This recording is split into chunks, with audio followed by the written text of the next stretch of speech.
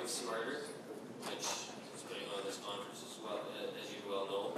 It's a producer-direct organization focused on growing new ideas, growing knowledge, and growing stewardship. Those are the three key areas that they're trying to encourage knowledge growth, I guess, ideas, knowledge, and stewardship. Canada's 18 years of agriculture research experience. Monsanto, Ag Canada, and Farming Smarter. Received a master's from Royal Roads University of Victoria. I learned that was one of my new things the day where Royal Roads University was. And as a professional agrologist, Ken enjoys exploring innovative ideas in production agriculture and is dedicated to the application of relevant and practical science, and that's sometimes hard to get your mind around is how you're going to make this relevant and practical. So here we go. Give a round of applause for Ken Holsel.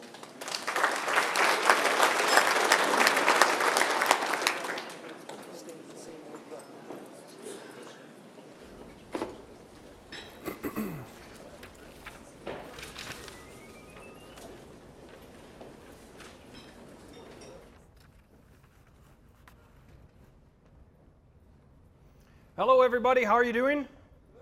Good. I see there's a plate of desserts that haven't been eaten right here. So if you're needing a little boost of energy, come on by. I don't mind if you stand up during my presentation. I know it's a long haul. We take in a lot of information so far. So have you guys learned anything yet? All right. I've personally enjoyed the session so far, and we had quite an interesting year this year, and a very cool shot thanks to actually JZ Aerial, who is one of the exhibitors next door. So the drone pictures of our plots make for great presentation slides, and yeah, that's all that matters to me about that one too. So I was searching through my pictures looking for something interesting, and I came across this little club root that looked like a neat little pirate. So maybe we'll have to use this guy for club root awareness, eh? Yeah, we called him Club Root Clyde, so he says, "Our mateys, how about them Stampeders?" My last presentation was, "How about those Winnipeg Jets for Rick Talue?" But nobody said anything. So I'm actually going to share this presentation with my colleagues over here. Lewis is our precision ag specialist, and Mike manages our research plot, so you won't have to listen to me for too long. Do you like that joke? We're going to try to swell your heads with big data. Thanks for laughing there, buddy. So after 30 minutes, you'll look a little like me. That's Clyde, not me. So first up, we're going to talk a little bit about a project that we've just come to an end that's called inter-row seeding. And this was a project funded by the Canola Council of Canada CARP program. And a few years back, everybody was really talking a lot about this idea of inter-row seeding. And in this case, we're using an enhanced GPS signal to effectively place the seed in between last row's stubble. So we got involved with a project but just on canola. And in this case, we have about 3.5 to 4 site years of data. So we used a small plot shot, and this is our overhead shot of this year's trial. Right here, you guys can see my mouse? So I would have done that whole presentation and nobody would have said anything. I'm awkwardly standing here. Thanks, guys. Well, I think Toby forgot to turn the seeder on right here. Nice thing about aerial shots, you can see all your mistakes, but we know how to trim them up in the data. So 3 treatments we had for this study. On the left there, my left anyways, does that work for you guys? Is a shot of what we tried to do was our worst job of seeding. We literally lined up our seed rows on top of last year's stubble, snapped our A-B lines and drove. So in this case, it kind of makes a mess of the stubble. And then our inter-row, visually you can see kind of a nice job done there. The stubble's in place, and there's a lot of logistical benefits or logical benefits we might say about doing that. I mean, we can guess that there might be a better seed to soil contact, there might be better microclimate, you keep your stubble standing. And canola important, higher seed costs, we want to do as best job that we can. And the other treatment that we had that I don't have a picture of was simply a check. And our check was, we don't try to inter-row and we don't try to seed on row, we just line up and let her rock. So these are our plant counts. So 4 years of data. Last year we actually had our trial hailed out, so we have 4 years of plant count data, plant stand establishment, but only 3 years of yield data. Now, the typical, these dotted lines here, is that recommended 7 to 10 plants per meter squared. And in all of our treatments, we achieved that.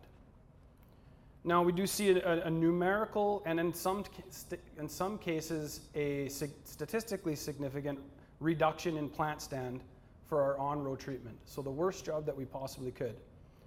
But despite that, it was still a good plant stand.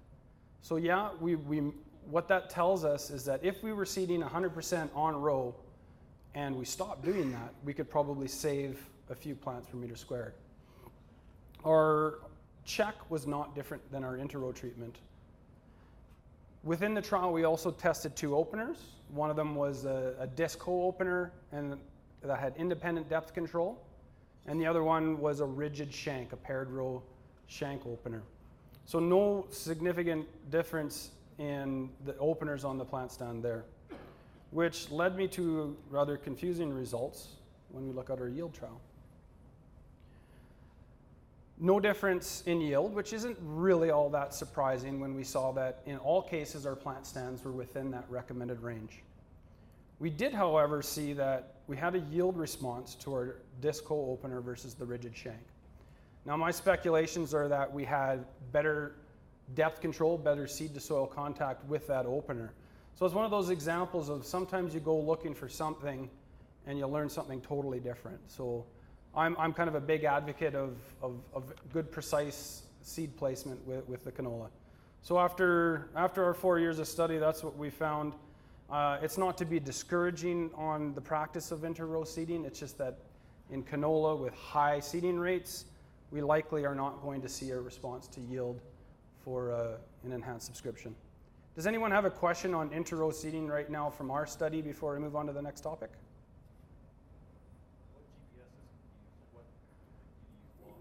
We were at an RTX, which is close to RTK, but not quite as good.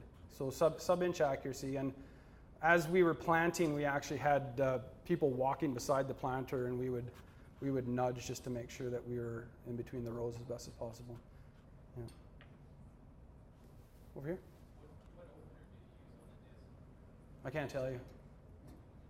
Unless the guy next door gives me some sponsor money. No. And they're here. Yeah. It was actually the pillar laser disc hole opener. Yep. Did you hear me? Maybe he's at his booth. Anything else? All right, we'll move along. So the next study that I'm going to talk about has caught the interest of a lot of people, myself included. And it's the idea of fine-tuning our herbicide applications sort of based within the time of day. And the one thing that I like to talk about first and foremost is that when it comes to our applications, proper staging is the most important factor. When we're looking at this night spraying project, we're really talking about fine-tuning our applications within the environmental conditions of 24-hour period. And honestly, I didn't really expect to see a lot of results. The idea, again, sort of came from the fact that with this new guidance technology and the expansions and pressures towards efficiencies, that folks are spraying at all times of the day, including the middle of the night with the auto steer. Now, we also thought that registration of products likely didn't happen with research that happened in the middle of the night. So I thought, what better that what our students and staff love to do is to get up at midnight and 4 in the morning and spray research trials. Now, this is a really cool overhead shot of our in-crop herbicide trial. I have to give credit to, Donnie Bowles, I might as well talk about you again. Don and Bob Blackshaw were in some conversations about this, and we ended up having a module at our field school, and it was probably the most interesting module we had there. So we found out we had a conversation about something that we really didn't know about and formed a research project around it. So he suggested that we use a seeded simulated weed. So the front halves of the plots where you can see the yellow, that was our broadleaf weed. It was a tame mustard. And then in the back half was a grassy weed, which is tame oats. We did this study on wheat, peas, and the two canolas, glyphosate tolerant and Liberty tolerant. What I found striking was that in certain circumstances, we saw a tremendous difference in efficacy based on the time of day. And of course, the time of day wasn't really what mattered. It was the environmental conditions associated with the time of day. So these three plots here are the exact same herbicide, simply just sprayed in at different timings. So visually, right off the bat in our assessments, we saw that sometimes we were seeing these differences. But unfortunately, and it kind of comes down to that whole talk from Michael Shermer, is that we started to recognize some patterns, but there were some inconsistencies. Right here was actually just a spot that didn't get sprayed.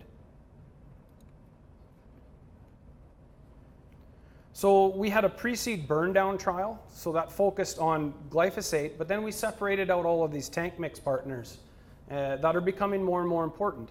And it actually changes the way we can do a pre-seed burn down now.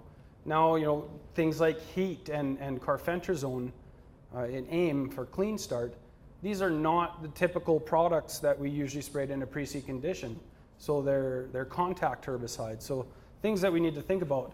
And we wanted to check out the modes of action and separate them so that we knew, was the difference based on the glyphosate component or the tank mix component.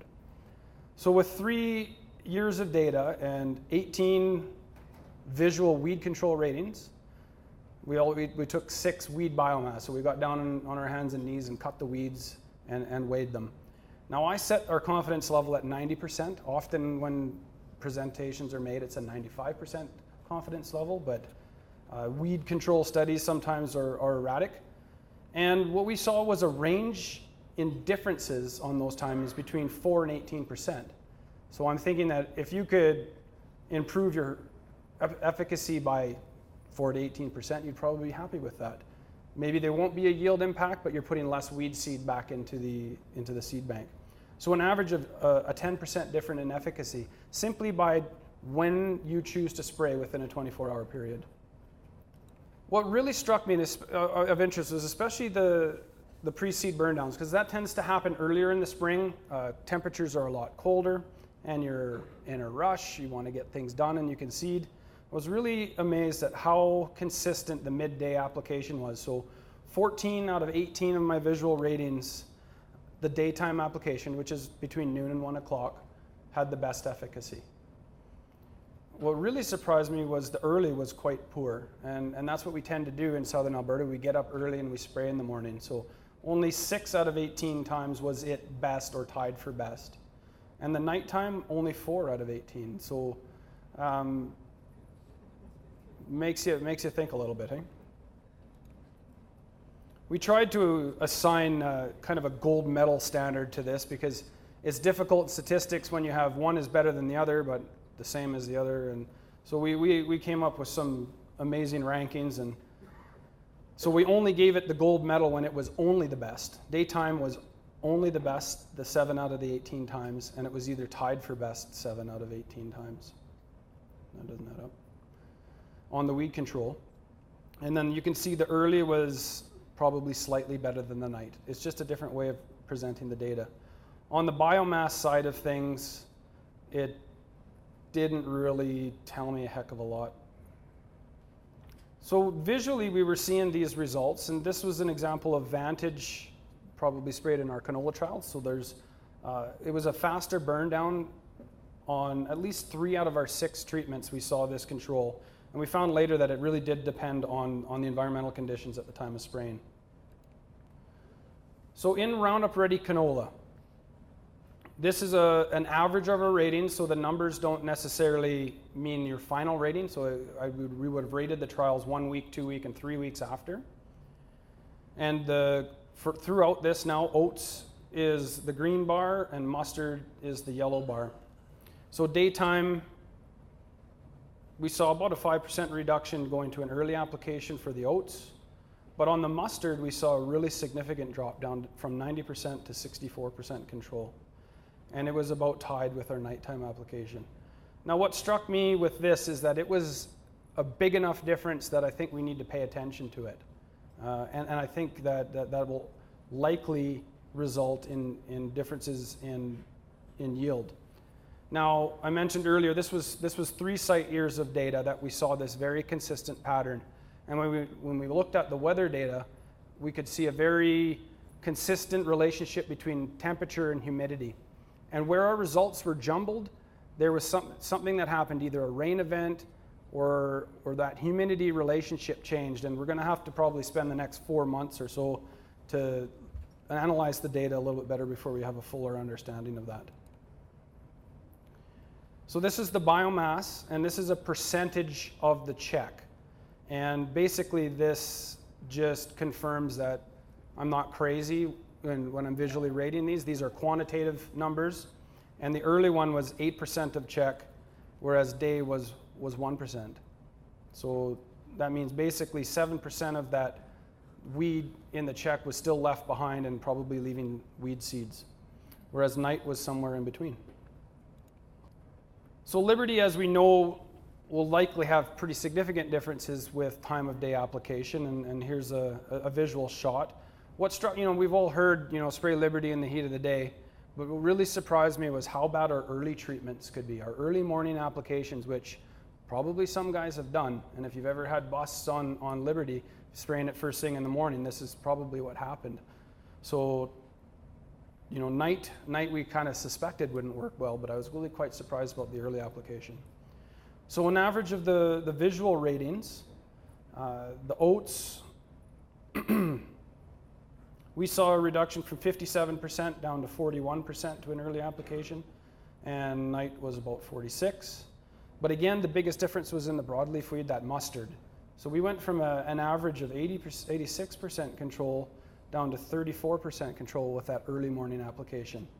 And in these 3 site years, we did see a significant yield impact with that early morning application. So this is the weed biomass. So in this case, the lower the number, the better. Our daytime on mustard was 16% of the check, and it was double that in our early. So again, not just leaving that weed biomass behind, and not too much of a difference in the oats.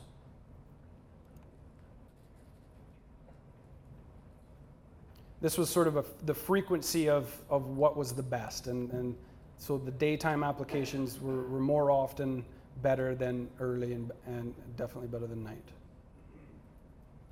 Odyssey in peas, we saw an effect as well, and this is just an example of one of the visual effects that we might have seen, although some of the results were a little bit surprising here. Our daytime application was the best, again, most consistently on the mustard weed, and not a ton of difference on the oats, except that we were actually seeing perhaps slightly better control with the evening application. And we also saw that result in select. I'll show you a little bit later. And that actually does make a little bit of sense, although Bob Blackshaw was surprised to see this. The graminicides are one that can photodegrade, which is why we might see a better response for grassy herbicides at night. But he suspected that the surfactants had made up for that difference. But our results are actually showing a difference. This is the biomass for peas. So again, the lower number, the better. So our daytime treatment was the best for Odyssey on mustard, but and actually the worst for night on oats. This is the select chart. So control of only oats, because it doesn't do anything to mustard.